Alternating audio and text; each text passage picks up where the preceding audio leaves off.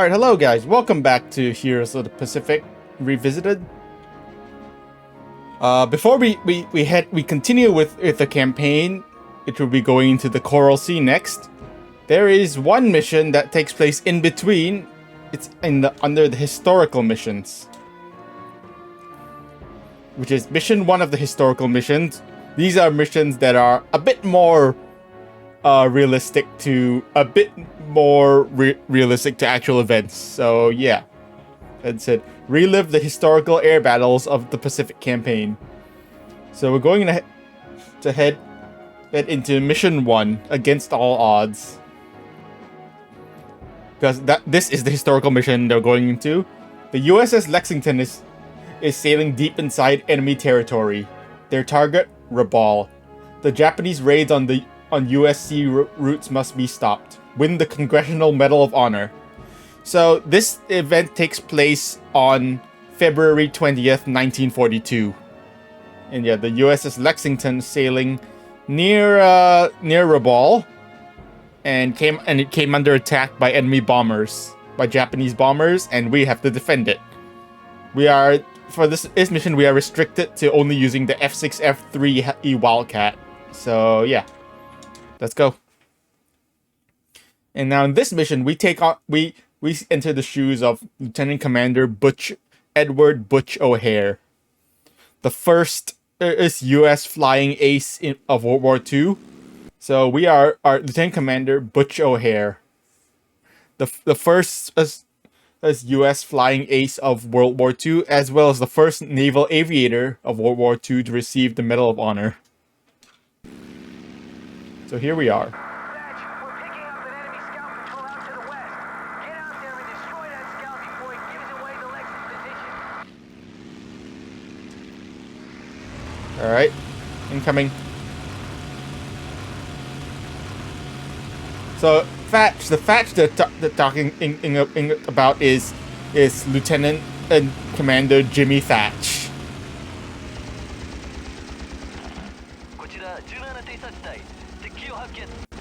I bagged one. Unfortunately, we were too late. Shake your tail, son.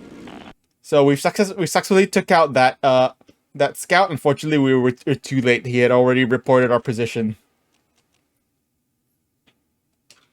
We're picking up large radar tracks coming in from the north. Let's go. I'm on it. Fly squadron, follow me.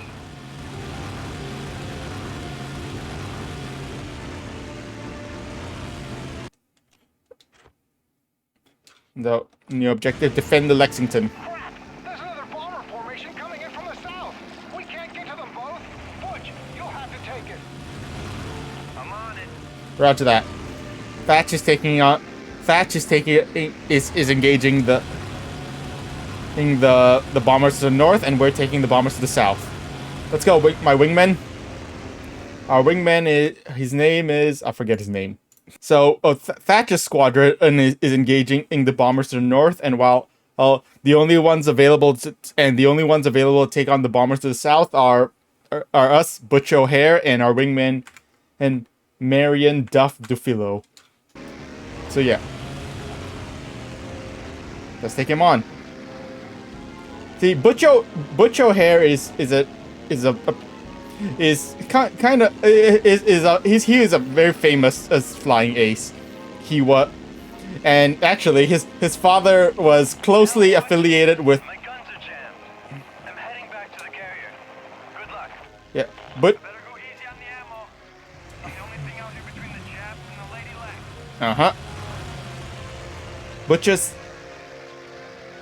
Butch's father was closely associated was a lawyer closely associated with Al Capone. So yeah, he kind of yeah, he's an interesting character. And unfortunately, Duff's guns were jammed, so now we're all alone. Now it's up to us all alone to take out these bombers, because Duff's guns were jammed, which kind of sucks. It's up to us, and of course. So yeah. And of course, also, you know, they're also shooting at us. They're also their gunners are all shooting at us. Also, so we also don't want to get shot down. So again, hitting them from below is probably the best strat. Oh geez, we are taking a lot of damage. Also from a bit far out. Also hitting them from a bit further out is also a good idea.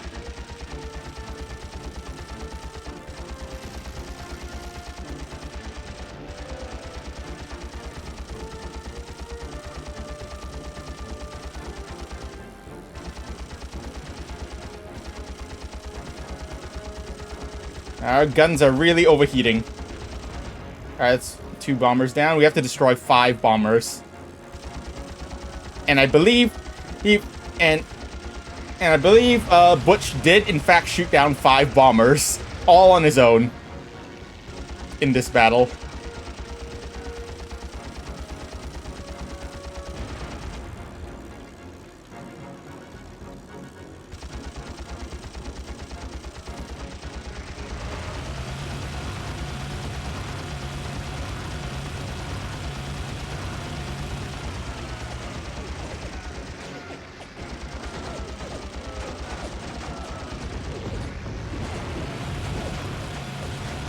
Bombers. Ah, well, we were too late. Oh, we did it! Haha, we did it. We did. Good shooting, Butch. You've saved the Lexington for sure. We did it. We saved the Lexington. Settle for a cold beer and a letter from my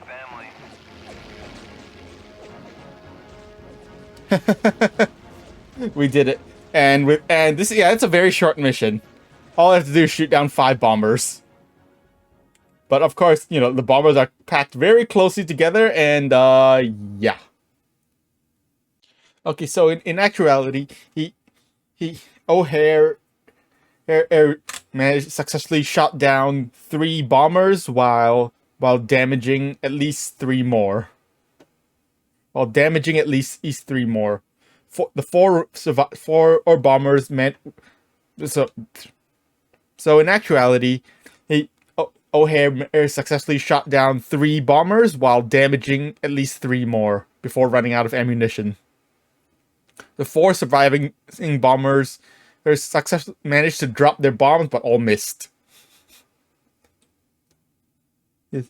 O'Hare, though O'Hare did believe he shot down 6 bombers and damaged a 7th. After the battle, he credited with shooting down 5, as only 4 of the 9 bombers were reported still overhit after he pulled off. Though, yeah, in reality, he only destroyed 3 bombers.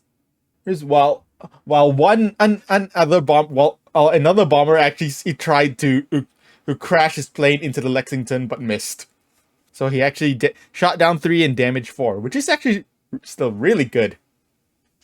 And because of that, he was declared a hero. And while landing, he was accidentally shot at by an anti-aircraft gunner on Lexington. He then told the embarrassed AA gunner, "Son, if you don't stop shooting at me when I got my wheels down, I'm gonna have to report you to the gunnery officer." And thus he was labeled a hero. He was given a hero's welcome when he returned to Pearl Harbor, and then was sent back to the U.S. to sell war bonds. Yay! Butch O'Hare would return, and then he would also become an instructor. He also became an instructor. He became an instructor in June of 1942 to train new pilots, and then returned to combat duty in 1943. Where he would make a young ensign Alexander Vrasyu his wingman. Vrasyu would later become an ace himself, but that's a story for a later time. O'Hare would become the commander of squadrons on board USS Independence. But unfortunately, in November of 1943, he and his squadron were kind of pioneering nighttime tactics. And and at night they managed to intercept a Japanese bomber force that were sent against the American fleet. Unfortunately, Butch O'Hare would be shot down during this battle, and his aircraft and body would never be recovered.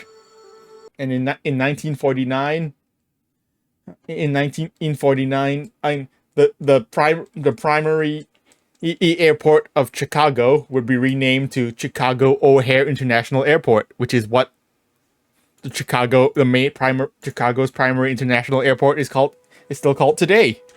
So yeah. Oh, rest in peace to him. But he would after for his actions during that battle, O'Hare would receive the Medal of Honor.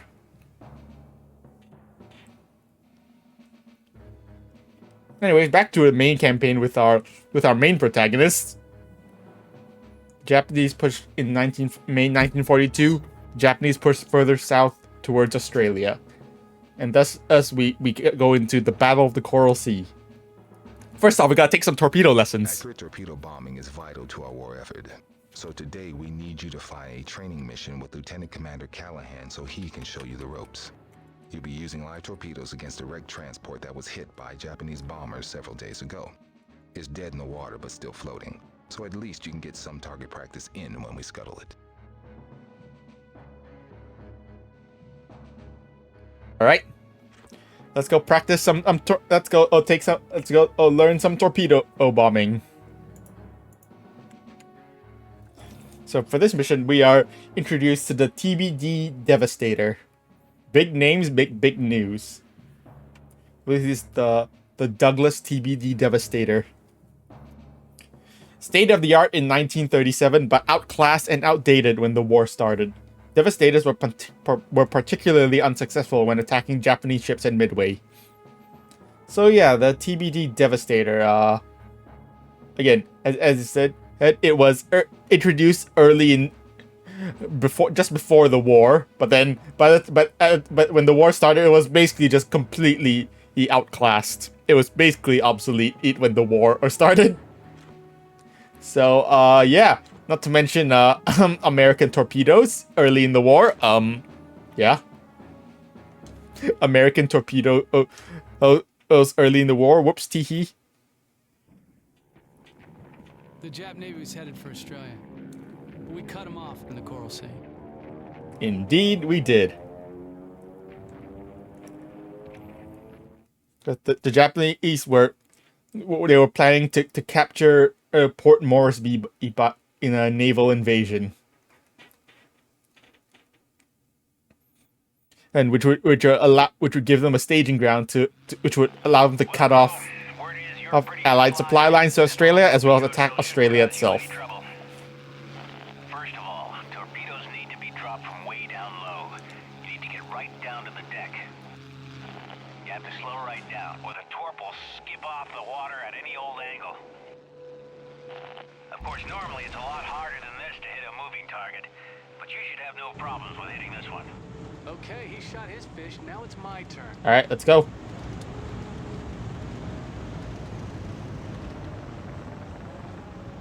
So here is a wrecked transport ship. We could say that this could be USS Neosho, which was attacked during the first day of the Battle of Coral Sea by Japanese aircraft. Yeah, let's pretend this is where maybe we're scuttling USS Neosho, maybe after the battle or something. Even though this is before the main battle but oh well. Anyways, so now what we have to do is fly low and slow to drop our torpedo and torpedo away.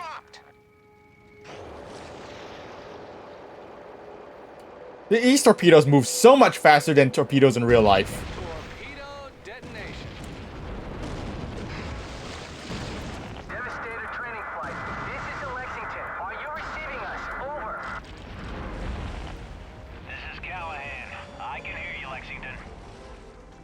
One of our pilots came across a Japanese refueling stop to the south and damaged her. We need you to get over there and finish it off. All other torpedo bombers are off on a mission. Okay, Lexington. Crow will get a chance to drop on a hot target after all. Fox 1, proceed approximately 20 miles south and attack damaged D2 cargo submarine.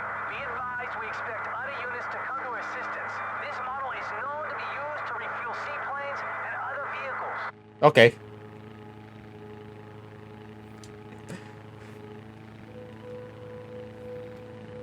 Anyways, so I guess let's go.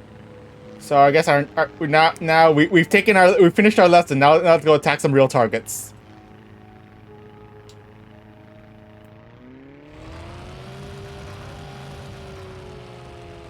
So let's head south from Lexington and yeah, go find this submarine. Again, this is fictional. This mission is very fictional. So, is entirely fictional. So yeah. It's fine.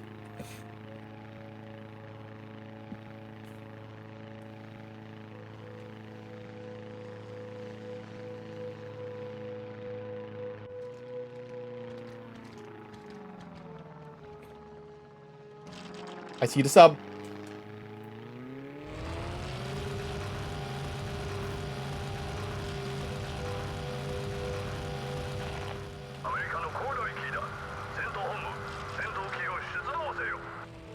Lexington, this is Fox 1.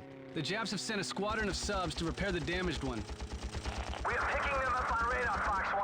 Hold tight and do what you can to harass them. These cargo subs have been carrying some pretty important cargo between Japan, Germany, and the conquered territories. Whatever it is, the Japs are trying hard to protect it. Double your efforts, Fox 1. We need that sub sent to the bottom of the ocean. Working on it. Lexington, that sub's making a run for it. You better take that. So yeah, we had a bonus objective there to destroy, to shoot down both of those roof fighters. There's all on our own, which we did, with our dinky single 50 cal gun. Anyways, those roofs are destroyed. Right? You want to just zoom in and take out those roofs quickly, ideally before they get airborne. So now we're going to conduct our torpedo run on this submarine. What we want to do is drop our torpedo. We want to lead the target to make sure the torpedo hits, and then we want to turn around to avoid the AA fire. Torpedo detonation. So I think we want to like drop it around 5,000 feet and like lead it like just outside the targeting just outside the target indicator, like just outside the target. I think just like with just in front of it, so that your reticle is fully in front of the such that your reticle is fully in front, just fully in front of the submarine, or of the target rather. Right here, getting oops, got a little bit too close. It's fine. There, that should do.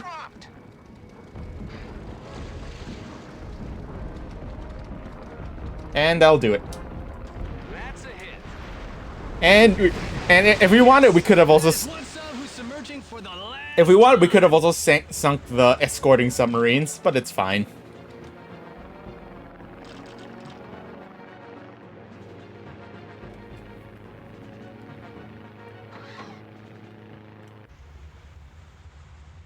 Holy mother, look at the size of that sub. I hope these torpedoes will damage that thing. There's only one way to find out. Alright, so this is an I-400. The I-400 class submarines. I can't believe it. That sub's launched. Yeah, it's a carrier submarine. The I-400 class submarines were a class of carrier submarines. It was a huge submarines that could launch aircraft. Although not roofs. Roofs are basically just modified zeros to turn zeros that are basically modified into float planes. The I-400 class submarines only entered service in 1944, and even then they didn't really do anything. The only mission they were really sent out on was like right near the end of the war. The I-400s were sent to attack American bases at Ulithi Island in the Marshall Islands, but but Japan surrendered before the attack could commence, and so it was the attack was aborted. There were also plans to attack there were plans to use I-400s to attack the Panama Canal, and even to launch biological weapons on the U.S. itself, but these never really came to fruition. I think the I-400 has a slightly higher speed, so we want to lead it a bit more. Anyways, this game loves the I-400, even though the I-400 never entered service. So I mean, it never really did anything. Also, the I-400 could carry 3 specially designed torpedo/dive bombers. And launch. And we're just gonna keep doing this. We're just gonna keep launching torpedoes and turning around. Because if we get any near that the flak will just shred.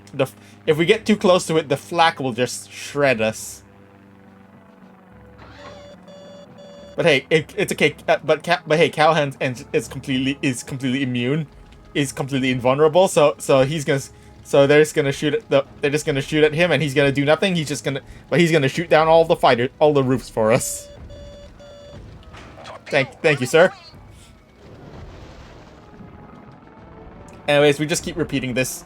It's not a super interesting mission. We just keep torpedoing. We just constantly keep torpedoing this I-400 until it sinks. Only 3 I-400s were ever completed, although the third one was converted into a tanker and never carried aircraft. After the war, U.S. forces managed to capture an I-400 and were so confused as to what it was, because the crew had already thrown all the aircraft overboard. But once they found out, and also a lot of the documents on it were destroyed, during the war. Torpedo running clean. I think actually that's the last torpedo. That should do it, actually. There we go. Well, sir, looks like these fish do work after all. That carrier sub is heading for the bottom. Yippee. Nice work, Crow. That's some fancy torpedo work. We did it. That I-400 is going down. I don't know why the screen is turning black and white, but don't worry about it, I guess.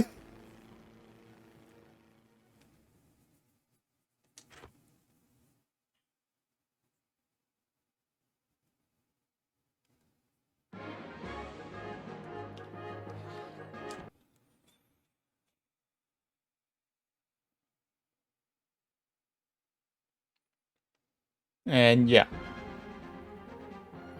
So the I-400 again, the I-400s and they entered service, and basically after the US found out what it was for, they were like kind of terrified, but they did study the submarines at least, and then the Soviets asked if they could take a look, and in response the US scuttled the subs in classified locations, so the Soviets couldn't have them.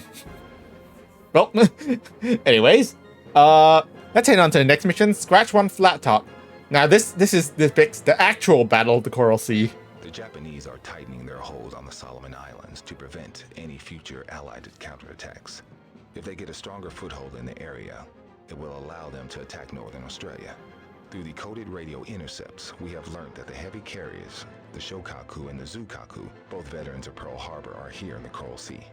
They are accompanied by the Shoho, a smaller carrier. Our scouts have spotted the Shoho. You are to attack her immediately. Other wings will deal with the other threats. All right. So really, this depicts the Battle of the Coral Sea, although kind of both days is combined into one mission.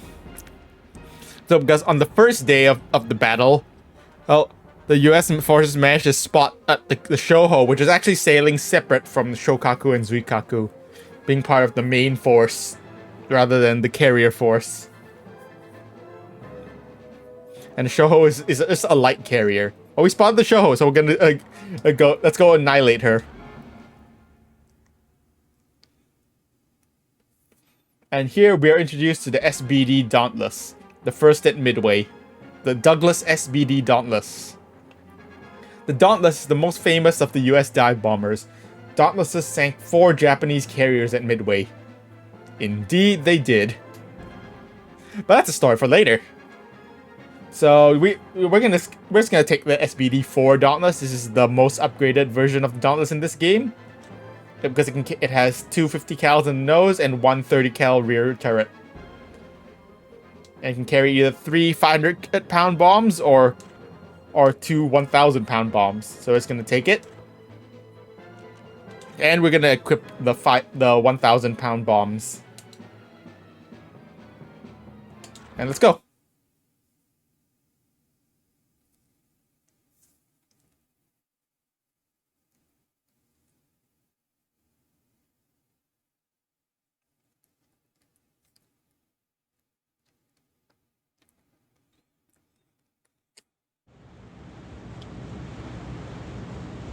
Hurry up and get airborne. Those carriers won't wait around forever. All wings, form up as soon as you're off the deck. Roger that.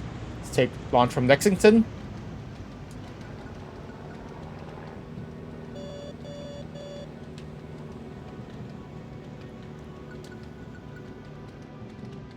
This is Lieutenant Commander Callahan off the Lexington. Leading Able Squadron. All squadrons, sound off. This is Cunningham, Baker Squadron. All Devastator pilots report flight checks complete. This is Stewart, Charlie Squadron. My Wildcats are hungry, and I'm looking forward to getting a few kills on the board myself. This is Crow, Dogwing. Just don't get shot down again, Tom. We're not coming to pick you up next time. Shot down? Actually, I'll ram to Betty. I'll tell you about it tonight, but you're buying the drinks. Fine. Follow me, men. Okay. So here we have the US fleet. There's USS Lexington that we just took off, and there's USS Yorktown. And so let's head out to those Japanese. Let's go out. Let's head out to find the Shoho. I accidentally released the bomb. Don't worry about it. It's fine. Form up, people. Oh, that...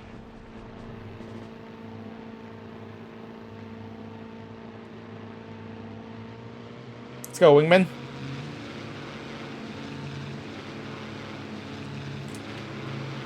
So as I said, this mission kind of combines both days of the Battle of the Coral Sea. So and you will see, and I'll explain that once we get there.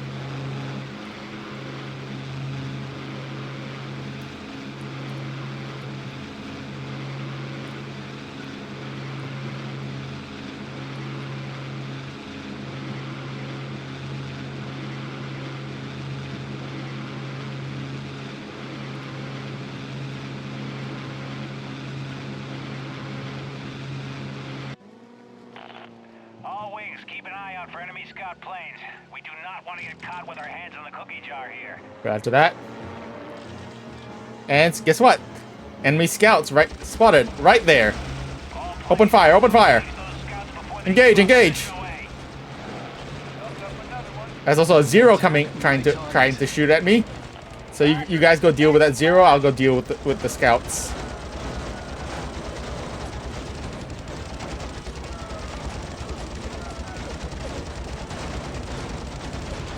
So just like the base Warhawk, this thing's firepower is pretty dinky with only two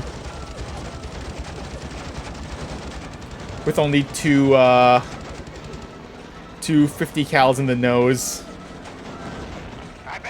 Good kill, good kill. Just one left. Commander Callahan, we've taken out all the scouts. All scouts neutralized. It's just the Zero left. Fighter destroyed. Good job. Good kill, good kill. Roger that.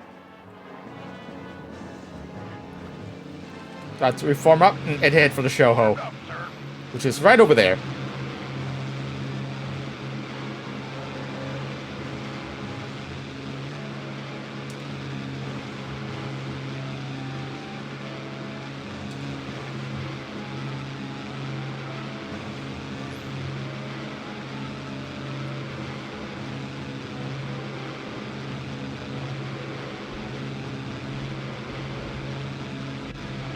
Right, boys, this is it. Stewart, split up your Wildcats and escort the bomber wing. Crow, I want you to take Don wing and mount the dive bomb attack on the Shoho. Baker wing, you go after the Dukaku. Able wing, we're going after the Shikaku. Good luck, men. Yes, sir. We'll cover the strike planes. Roger. Understood, sir. We'll give him one for Pearl. So as I said earlier, Shokaku and Zukaku were sailing separate from Shoho. Oh, and Shokaku and Zukaku were only spotted on the second day of the battle. So, yeah.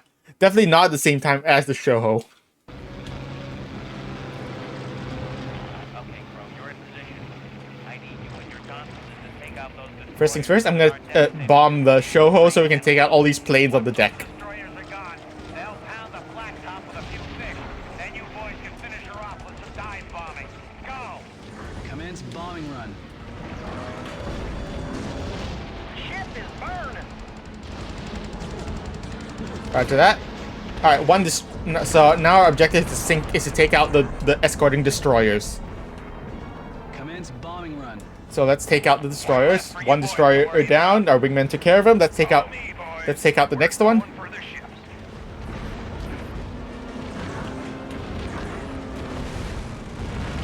Got the best. Nice shooting. Good kill. Good kill. Direct hit. Tell him break left. You picked up a tail. I'll lose him. Jeez, watch it, guys. Alright, nice. That's 3 down, just 1 left.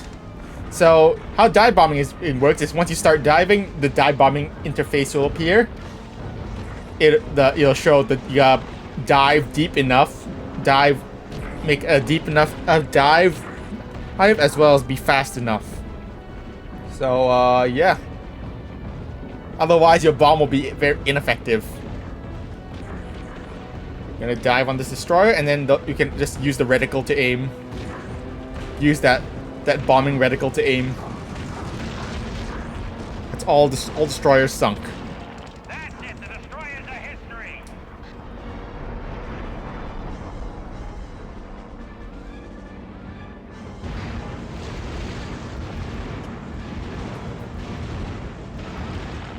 Crow, for the next run, I want you to get in there and take on their AA batteries. Okay.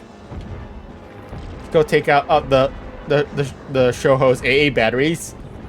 Now, normally it's not that easy to take out a ship's this entire AA batteries, but don't worry about it, I guess, because they're all individual guns that are.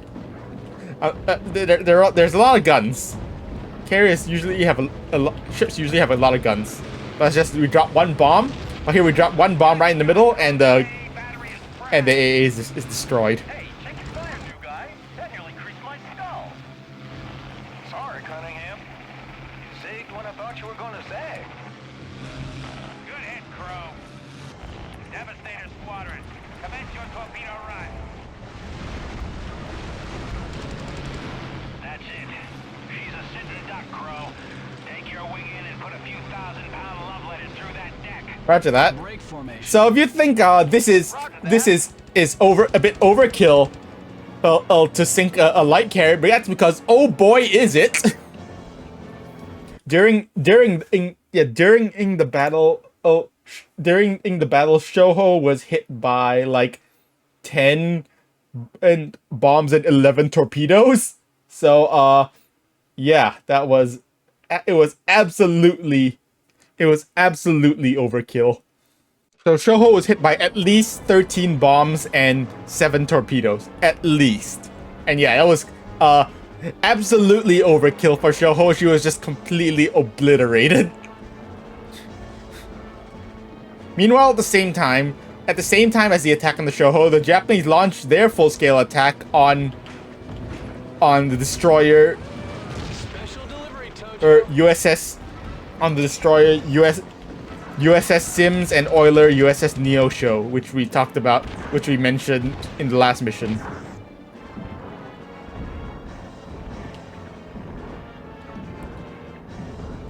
And yeah, it's okay. It's okay. Neither side really knew where each other was, even though at one point they got as close as 70 miles of each other. So yeah, again, this was the first carrier battle in history, and really neither side really knew what they were doing. But many lessons would be learned from this battle.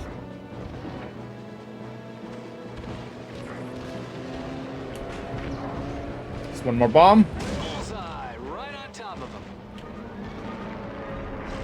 Scratch one flat top. Scratch one flat top. Good work, men.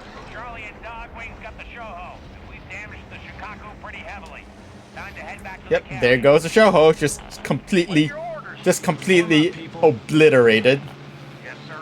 And it was mentioned that they damaged Shokaku pretty heavily. That happened on day 2. On day 2 of the battle, U.S. aircraft have managed to heavily damage Shokaku. Although Zuikaku will be covered by a rain squall and managed to escape completely unscathed. Although Zuikaku's air group would be decimated. During the battle. Where's our last wingman? Do I see? Why are you all the way down there? Yes, sir. All right, we should complete. Let's head back. Heading back to the carriers. Nail those other 2 carriers. Still, we'll get them later. It's gonna be a long war. Indeed, we will. Armed up, sir. All right.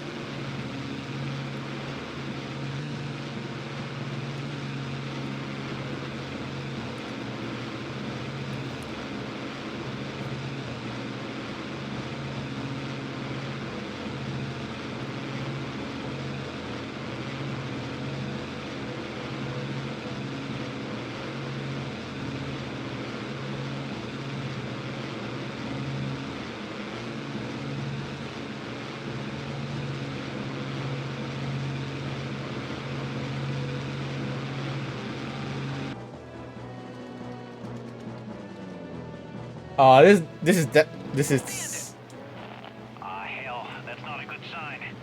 yeah, that's definitely not a good sign. Come on, everybody hurry up and get back to the carriers. Defend this position, men. Another kill for the old timer. We're under attack. I'll stop being under attack then. Woo-hoo! I just made me a jab. Yeah, suck on that. So now we have a bonus objective to shoot down 8 strike planes on our own. The best strat is to focus on the valves because they are the weakest. Is to focus on the valves because the valves have the least health. The Kates, ideally you don't want to focus on the Kates, even though the Kates are not agile at all. They are. Although the Kates are very unwieldy, they have a lot of armor. They are very tanky. All right. Area is secure. Protect those bombers. Protecting the bombers. All right. Form up, squadron. We've got to get back to the carriers. Again, and the strat is to focus down the valves. Especially ignore the zeros because they're just too agile. You'll waste too much time engaging them.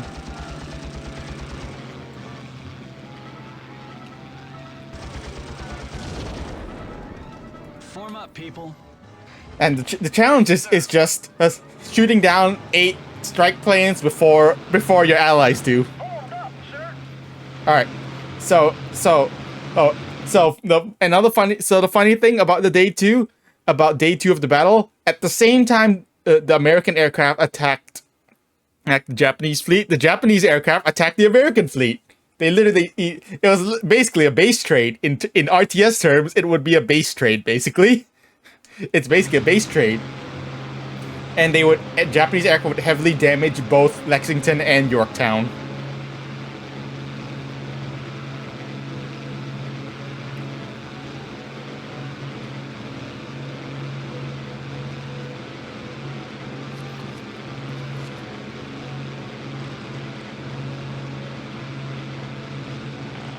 Son of a bitch. Whoa, language! Charlie Wing, you stay with me. Everyone else head back to the Yorktown and refuel. We have to protect those 2 destroyers while they rescue the crew. Take out as many planes as you can. Roger that. Break formation. So, unfortunately, Lexington would take a mortal blow during the attack. Her aviation fuel tanks would be erupted, which released gasoline vapor in throughout the ship. And sparks and fires would ignite the vapors, causing several large explosions throughout the ship. And it became clear that the ship would not be saved. Roger that.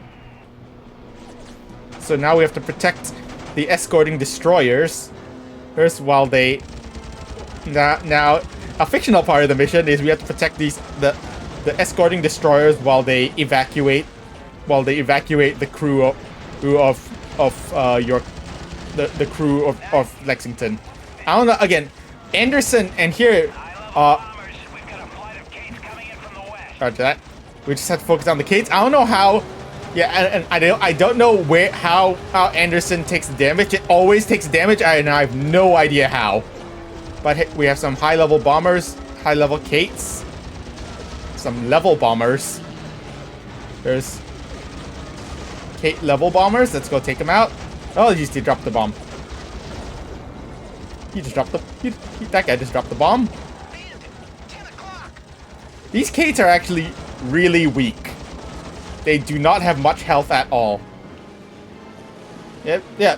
Interestingly, those Kate level bombers are just really weak. They have very little armor. Actually, a lot of these planes, in this part, like just a lot of the aircraft are just super weak. They go down really easily.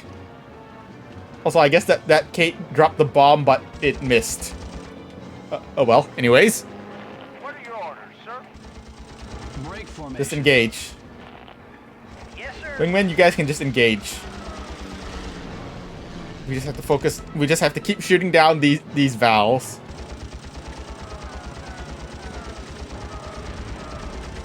Again, this is a fictional part of the mission because by the time the attacks on the second day concluded, both sides were in no shape to continue attacking each other again, with both U.S. carriers damaged. Like shooting turkeys back With home. both U.S. carriers damaged and with Shokaku heavily damaged, as well as Shokaku heavily damaged, and Zukaku's air group decimated. Neither side was in any shape to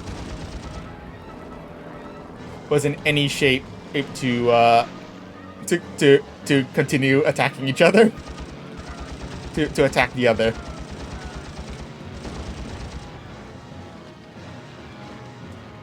And with that, the Japanese decided to call off the invasion of Port Moresby by sea. Japanese would later try to take Port Moresby, Another kill for the good old boy. Port Moresby by land, and be repelled. Got him.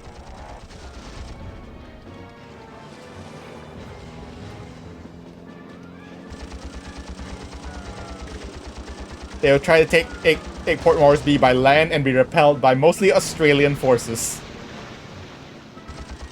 Because you don't mess with Australians. They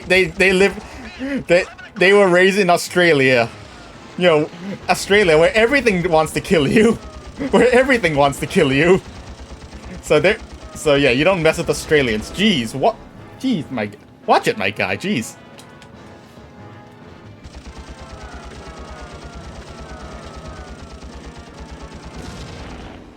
What can we... All right, men. That's the last sailors rescued off the Lex. All planes get clear. The destroyers are about to scuttle her. Break formation. Goodbye, Lady Lex. You're a fine ship. We'll miss you. Salute. Salute, Lady Lex. Salute to USS Lexington.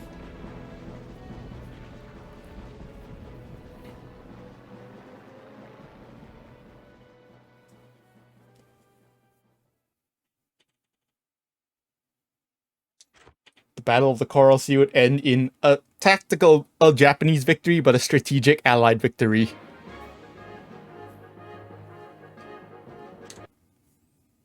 The rest of the squadron had already started celebrations when I landed. We'd finally managed to hit back at the Japs, and the Shoho was well on its way to the bottom of the Pacific. Later, Callahan and I headed down to the hangar deck to check the damage to our planes. We heard a noise and someone ran off. We didn't catch him, but we found a chunk of metal wedged into the ammo tray of my Corsair. We'd surprised some bastard who tried to sabotage my plane. Callahan and I decided not to tell anyone. We didn't want the other pilots to panic. After that, I personally checked every inch of my plane before every mission. Oh boy.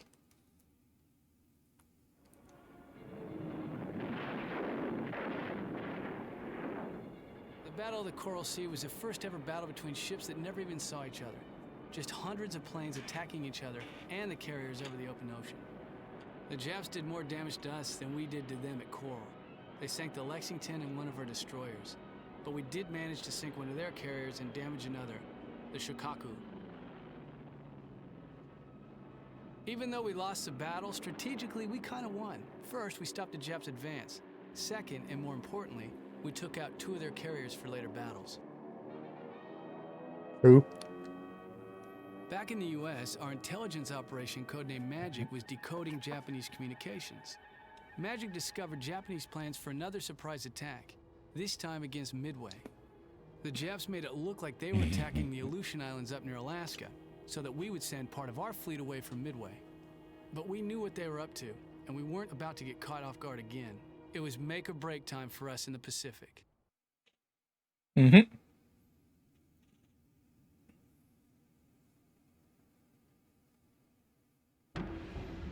US turned back Japanese bound for New Guinea. Uh-huh.